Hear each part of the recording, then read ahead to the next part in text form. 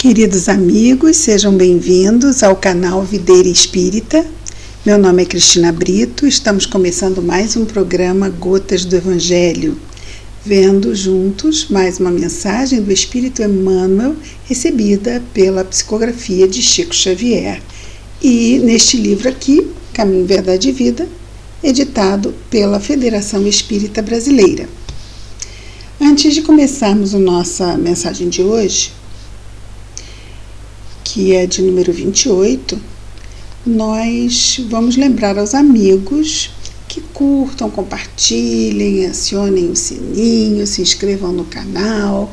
Tudo isso nos ajuda a que o YouTube dê mais relevância ao vídeo e possa divulgar esse vídeo com mais pessoas que veem esse mesmo tipo de conteúdo no YouTube, ok? Então, muito obrigada. Vamos começar então a nossa mensagem de hoje. Mas antes também de começar, na mensagem de ontem, nós citamos Santo Agostinho e dissemos que lá no Livro dos Espíritos, que ele nos fala sobre fazer uma avaliação diária no processo de autoconhecimento. Mas não demos exatamente aonde, não é? Então nós vamos dizer hoje. Foi na resposta da questão 919A, quando Kardec pergunta: compreendemos toda a sabedoria da máxima conhece-te a ti mesmo, mas a dificuldade está precisamente em se conhecer a si próprio. Qual o meio de se chegar a isso? Pergunta Allan Kardec. E Santo Agostinho responde: fazei o que eu fazia quando vivi na terra. No fim de cada dia, interrogava a minha consciência, passava em revista o que havia feito e me perguntava a mim mesmo se não tinha faltado ao cumprimento de algum dever, se ninguém teria tido motivo para se queixar de mim. Foi assim que cheguei a me conhecer e ver o que em mim necessitava de reforma. Então, essa é a sugestão, orientação de Santo Agostinho para nós no nosso processo de autoconhecimento. Como estávamos falando ontem, fazemos uma avaliação de forma compulsória no fim da encarnação, ao reentrarmos no mundo espiritual. Essa avaliação é feita como um todo. Para que deixar para o final, ou então no final da nossa vida, quando começamos a botar a mão na cabeça, eu devia ter feito, podia ter feito, e agora? E se fizermos essa avaliação diária, vai ficar mais fácil ou menos difícil da gente se perder ou se atropelar, pelo menos muito, não é? No nosso caminhar. Então, questão 919A de O Livro dos Espíritos. Nossa mensagem de hoje é uma mensagem que nos leva a um ponto muito atual. Hoje nós temos muito conteúdo ruim, seja na televisão, seja no cinema, seja nos livros, seja na internet, porque a perturbação está muito alta, não é? Então, nós temos muito conteúdo ruim. E as ideias estão muito perturbadas. Tanto que os problemas mentais estão aí, não é? Se alargando cada vez mais e aumentando em termos de dificuldade.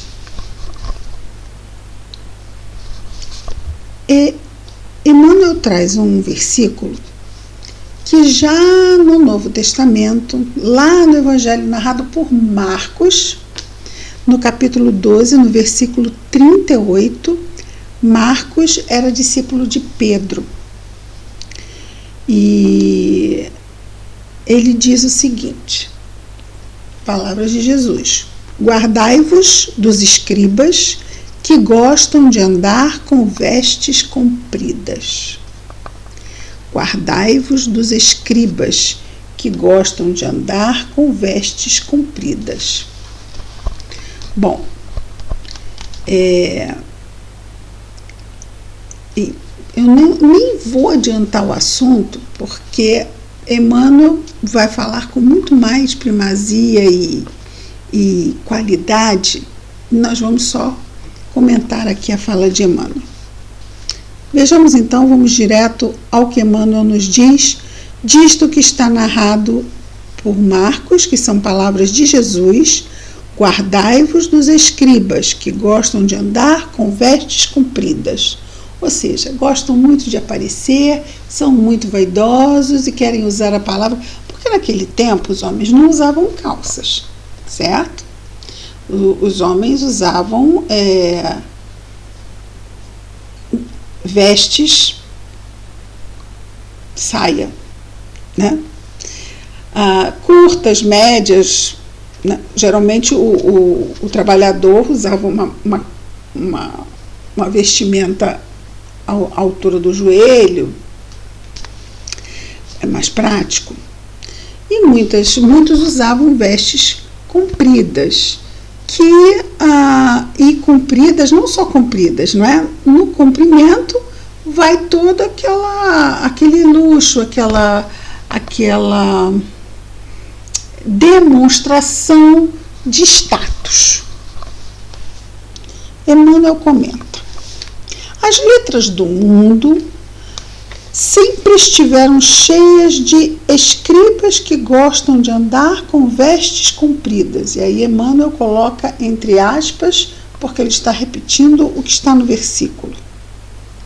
Jesus referia-se não só aos intelectuais ambiciosos, que é o que falamos, né? Aqueles que gostam de ostentar, né? Aparecer, mas também aos escritores excêntricos, que a pretexto de novidade envenenam os espíritos com as suas concepções doentias, oriundas da excessiva preocupação de originalidade. Se a gente for pensar, e eu nem vou colocar aqui no âmbito de literatura espírita, porque também existe. Onde tem ser humano, a gente vai encontrar desse tipo também. Então, também a escrita excêntrica, as ideias excêntricas e errôneas, descabidas, também nós vamos encontrar na literatura dita espírita. Mas como é que eu posso saber se o livro é bom ou não é bom? Se o conteúdo é bom ou não é bom? Estudando Allan Kardec. Então não é o que um acha, o outro acha, o outro acha. Baseado em que a gente acha? Baseado no que está na doutrina espírita. Nós não estamos falando de André Luiz, nós não estamos falando de Chico Xavier. Conteúdo muito bom? Sim, conteúdo muito bom. Eu digo como obras de referência para análise doutrinária de qualquer conteúdo. Então, eu não posso dizer que o conteúdo é bom porque eu li na obra de André Luiz? Não, meus amigos.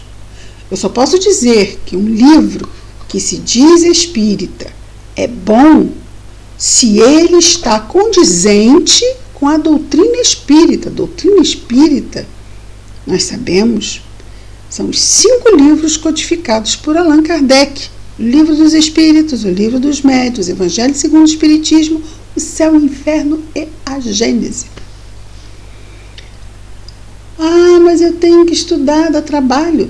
Dá trabalho, mas todo conhecimento ele vai nos dar um trabalho para ser adquirido, porque não é só nós estudarmos ou lermos, porque ler é uma coisa, estudar já é ler com reflexão, não é? Anotando e voltando e voltando e voltando. Não vamos esquecer que as casas espíritas são ótimos lugares para nós estarmos estudando as obras básicas, porque podemos estudar em grupo, e em grupo a gente vai, não é, trocando as nossas dúvidas, as nossas ideias, mas sempre buscando a orientação dada pelos espíritos. A doutrina é dos espíritos. Então é ali que nós vamos encontrar, nos espíritos da codificação, feita por Allan Kardec, a codificação. A doutrina não é de Kardec, a doutrina é dos espíritos. Essa diretriz que vai fazer com que a gente tenha condições de avaliar o conteúdo de qualquer livro. Ah, mas esse livro é bom? O que você acha? Ah, eu não sei.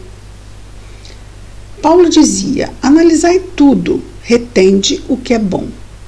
Nós não vamos fazer um índex proibitivo aqui, dizendo, não leia isso, não leia aquilo, não leia não sei o quê. Sim, eu posso ler e conseguir reconhecer que é um conteúdo ruim.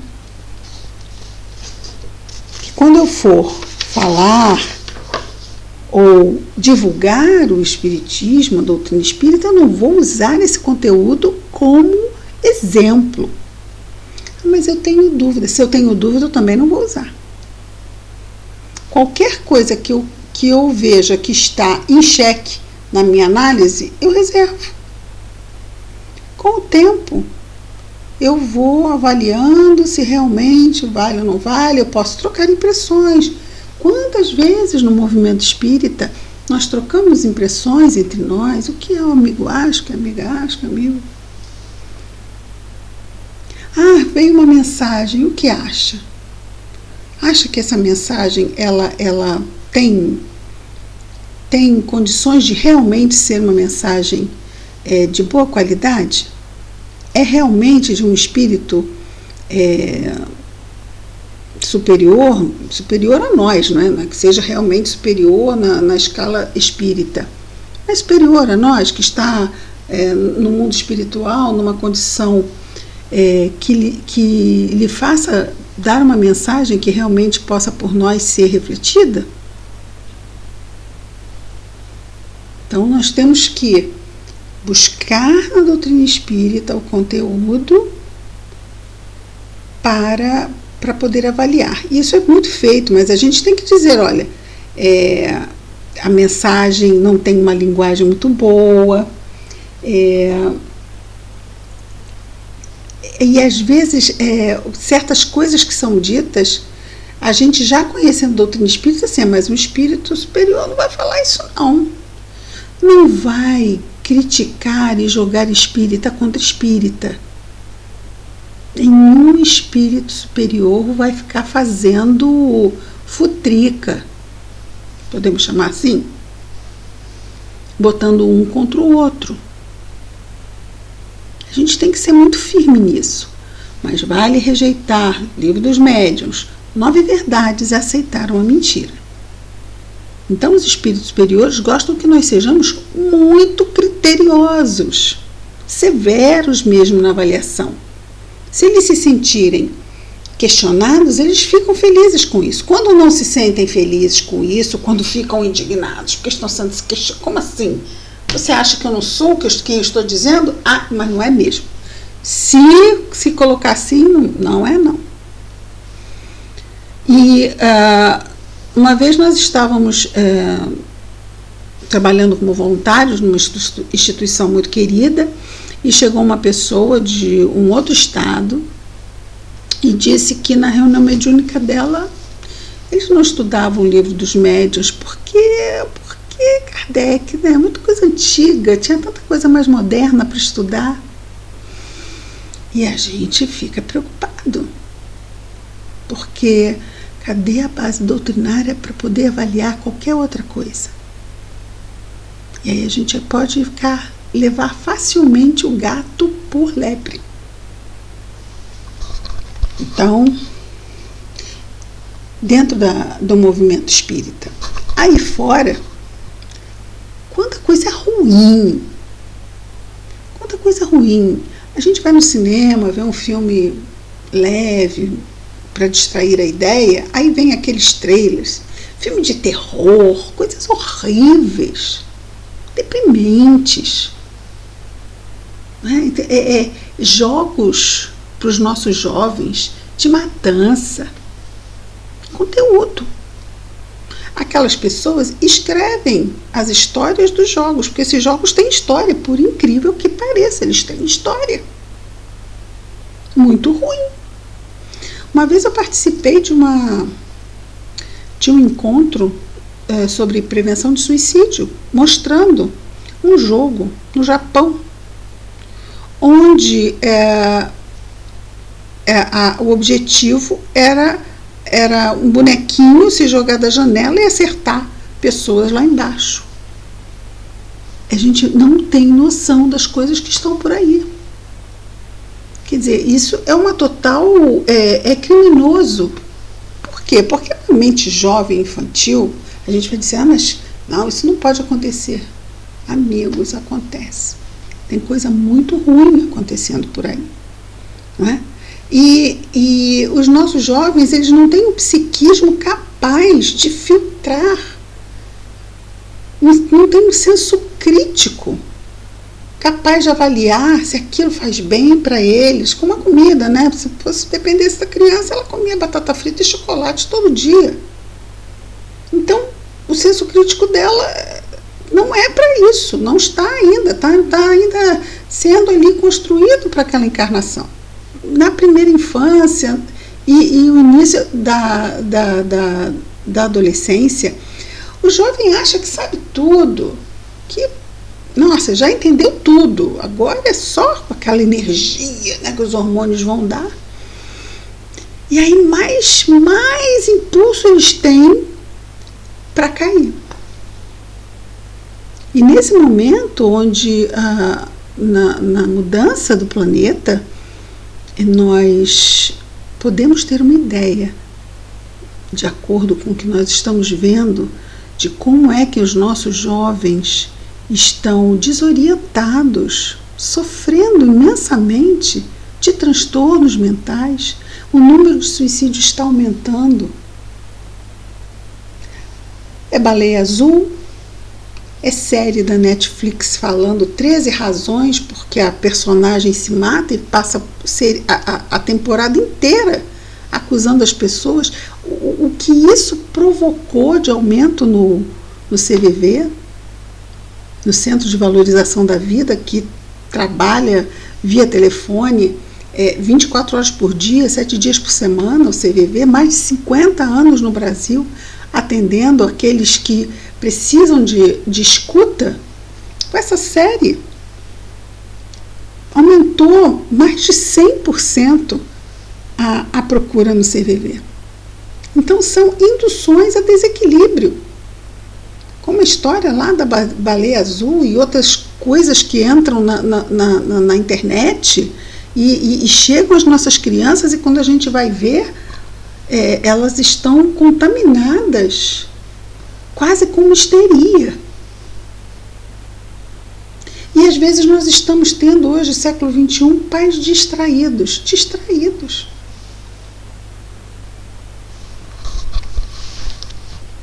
Esse tema é muito atual e muito grave.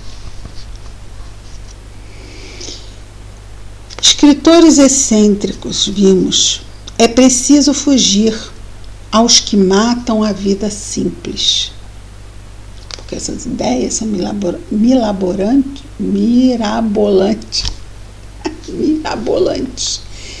e perturbadoras, complicando a vida que precisa ser simplificada. O tóxico intelectual costuma arruinar numerosas existências. Tóxico intelectual. Nós vamos lembrar aqui Leon Tolstói escrevendo Ana Karenina. Ana Karenina é uma obra clássica da literatura mundial. Leon Tolstói escreve Ana Karenina, uma mulher rica, casada com um nobre, com um filho que se envolve com um militar, tem um caso tórrido com ele, e ela acaba sendo descoberta, perde a guarda do filho, é abandonada pelo marido e também é abandonada pelo militar e se joga sob as rodas de um trem em movimento.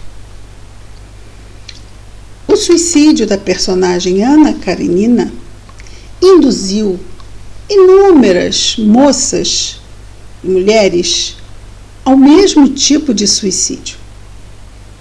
Essa personagem, muitas pessoas se identificaram com essa personagem e seguiram a ideia da personagem e fizeram a mesma coisa. O pior, se é que existe um tipo pior de suicídio, mas consta lá em Memórias de um Suicida, de Camilo Castelo Branco, pela psicografia de Dona Ivone Pereira, que os suicidas que se jogam sob as rodas de um trem, conhecidos como os retalhados, têm seu perispírito totalmente desfigurado de uma forma que nós aqui não temos nem ideia do que seja. A mente totalmente caótica. Leon Tolstói, que trouxe pela mediunidade também de Dona Ivone Pereira algumas histórias, não é? Que ela também trouxe em livros da sua lavra, também publicadas pela Federação Espírita Brasileira, se diz profundamente com um remorso muito grande de ter promovido tanto mal na vida de tantas pessoas, que não era essa a intenção dele, e que ele buscava, de alguma forma, trazer histórias, agora, não é, a condição de espírito, que pudessem, de alguma forma, reparar o que a sua consciência lhe doía tanto pelo mal, que ele, de uma forma,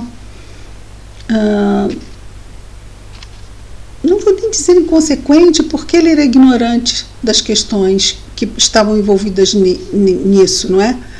Mas de uma forma, vamos chamar de ignorante mesmo, né? Levou, mas o fato de ele desconhecer não tira dele a responsabilidade por ele ter, de forma indireta, induzido essas pessoas ao suicídio.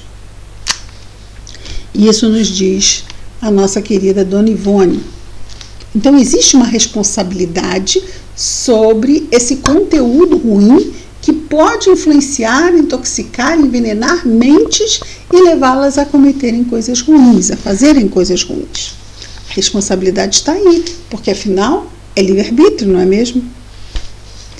E ele nos diz: há livros cuja função útil é a de manter aceso o archote da vigilância nas almas de caráter solidificado nos ideais mais nobres da vida.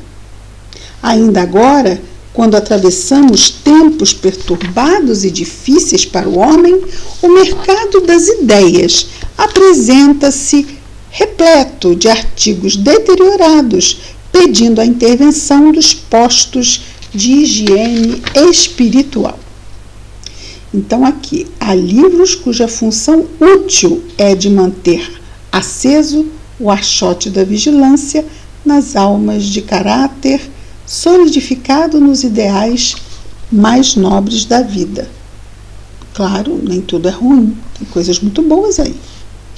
Ainda agora, quando atravessamos tempos perturbados e difíceis para o homem, aí nesse nosso mercado de ideias, apresenta-se repleto esse mercado de artigos deteriorados. Quer dizer, se tem coisas boas, tem também coisas deterioradas. E nesse caso, pedem a intervenção dos postos de higiene espiritual. Podereis alimentar o corpo com substâncias apodrecidas? Pergunta Emmanuel. Vossa alma, igualmente, não poderá nutrir-se de ideais inferiores na base da irreligião, do desrespeito, da desordem e da indisciplina. Então, o bem, ele necessita de ordem. Ordem, não é? É harmonia. As coisas têm que estar encadeadas, não atropeladas, sem caos. A religião, e ele fala de irreligião, é interessante que eu nunca tinha ouvido essa palavra, mas a irreligião, a falta de religião, causa um caos, porque complica a vida, não complica? Complica. Eu me sinto abandonado, não tenho elo com nada. Eu estou aqui, sabe-se lá por quê? Se eu estivesse religião, sabe-se lá Deus por quê, mas não tem Deus, não é? Então sabe-se lá por que eu estou aqui. Assim como eu estou, posso deixar de estar quando este corpo morrer, tudo virar pó, e eu vou virar uma lembrança só para as pessoas, mas eu mesmo vou deixar de existir. Ora, isso não complica? Porque o desespero está muito, muito, muito acessível no meu caminho. É falta de esperança. Esperança? Que esperança em quê? Não tem nada. Não tem o que se esperar. Então isso complica. É o que ele diz aqui. Que a nossa alma não tem como se nutrir ideais inferiores, com base em irreligião, desrespeito, desordem e indisciplina. É o caos. Como é que podemos estar saudáveis, bem e harmoniosos no caos? Não podemos. Observai os modelos de decadência intelectual e refletir com sinceridade na paz que desejais intimamente. A gente tem que ter parâmetros, não tem? Observai os modelos de decadência intelectual. Mas para isso eu tenho que perceber que são modelos decadentes. Então eu tenho que ter um modelo nobre para poder, quando avaliar, quando analisar, eu perceber que é decadente. Senão eu vou levar um modelo decadente como um modelo bom. Modelo bom. No século XIX, muitas pessoas cultas e extremamente letradas, por causa da ideia da falta de Deus, né, de ser do mundo materialista, né, um mundo científico, né, que foi muito forte no século XIX. Então, acreditar em Deus era uma coisa mística, uma coisa religiosa, coisa de gentinha mística, gentinha que não pensava, era dominada pela igreja. E aí quantos se mataram, inclusive o próprio Camilo Castelo Branco, que nos traz a obra Memórias de um Suicida. A própria Dona Ivone também, no século XIX, foi uma mulher muito, muito culta, que era amiga de vários artistas e homens cultos, e ela também acaba se matando, se jogando nas águas do Rio Tejo, morrendo afogada. Na encarnação anterior a Ivone Pereira. Tudo isso, ideias apodrecidas que não conseguem manter a alma em equilíbrio e muitas vezes nos levam a cometer desatinos. Então, observai os modelos de decadência intelectual e refletir com sinceridade na paz que desejais intimamente. Isso que a gente desejar intimamente constituirá um auxílio forte em favor da extinção dos desvios da inteligência. A nossa inteligência ainda é muito juvenil. Então, nós temos que ter muito cuidado, muito critério, a fim de que ela não seja pervertida, adulterada. Não soframos lavagens cerebrais, como vemos aí muitos sofrer por ideias excêntricas, vamos chamar assim, apodrecidas, intoxicadas. Então, precisamos estar sempre em fontes puras. O Evangelho, a mais pura fonte de todas. A fonte da doutrina espírita, da terceira revelação, uma fonte extremamente pura também. Vamos estudar, vamos refletir. Em outras literaturas a gente passa no crivo desses dois parâmetros, Evangelho, doutrina, para tudo. Para a gente ver realmente é bom, convém. Eu gostaria de estar nutrindo a minha mente com este tipo de conteúdo. Isto vai me fazer bem, como espírito imortal que sou, ainda jovem, precisando de substâncias para me fortalecer, para enfrentar essas tempestades que volta e meia batem na nossa vida? É isso, queridos. É um tema que a gente poderia conversar aqui horas sobre isso. Mas agora, vamos orar.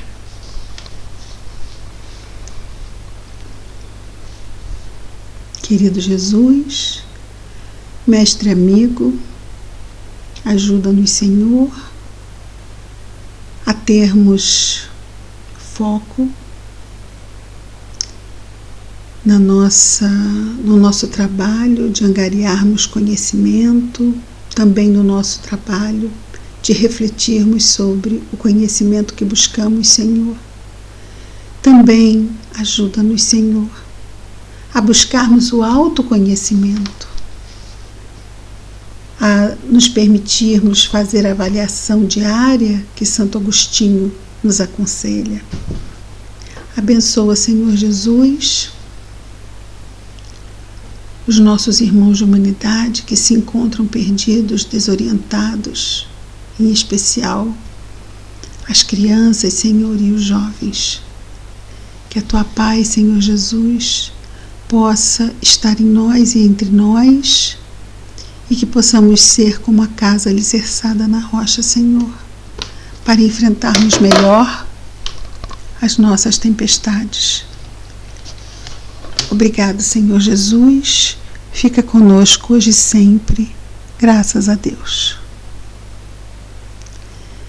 E é isso, queridos. Esse aqui é o Popoco, que hoje veio nos visitar. Amanhã estaremos juntos, mais uma vez, no programa Gotas do Evangelho. Muita paz a todos.